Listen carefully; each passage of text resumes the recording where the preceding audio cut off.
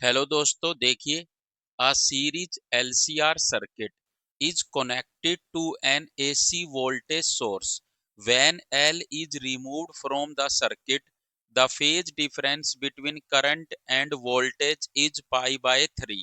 If instead C is removed from the circuit, the phase difference is again pi by 3 between current and voltage. The power factor of the circuit is means कह रहा है एक series LCR circuit है। अगर उसमें से L को हटाया जाता है तो फेज डिफरेंस पाई बाय 3 आता है। अगर सी को हटाया जाता है तो अगेन पाई बाय 3 आता है। तो बताइए पावर फैक्टर सर्किट का कितना होगा। मीन्स जो सीरीज एलसीआर सर्किट है उसका कोस फाई कितना होगा ये पूछ रहा है, क्योंकि पावर फैक्टर क्या होता है, कोस फाई होता है। सो हमें पता है अगर कोई सीरीज एलसीआर सर्किट हो तो उस केस में टेन फाई किसके इक्वल होता है, एक्सएल माइनस एक्स का मोड बटे में आर।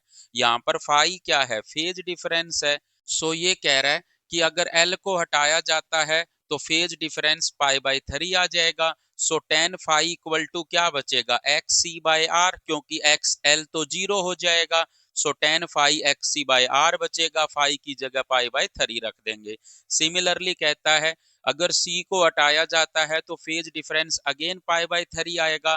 तो इस केस में टेन फाई किसके इक्वल आएगा, एक्स एल बाय आर, क्योंकि एक्स सी 0 हो जाएगा और फाई की जगह क्या रख देंगे, पाई बाय 3। इन दोनों से हम कह सकते हैं कि ये इक्वल है तो ये भी इक्वल होंगे। इसका मतलब एक्स सी और एक्स एल इक्वल होंगे। अगर एक्स सी और एक्स एल इक्वल है तो एलसीआर सर्किट की जो टोटल इंपीडेंस होगी, मींस जड़ की जो वैल्यू होगी एलसीआर सर्किट की, वो किसके इक्वल आएगी, आर के इक्वल आएगी। मींस जो सीरीज एलसीआर सर्किट है उसकी टोटल इंपीडेंस किसके इक्वल आ गई, आर के इक्वल आ गई। और हमें पता है पावर फैक्टर किसके इक्वल होता है, आर बाय जेड के इक्वल होता है। जेड आल्सो किसके इक्वल है, आर के इक्वल है।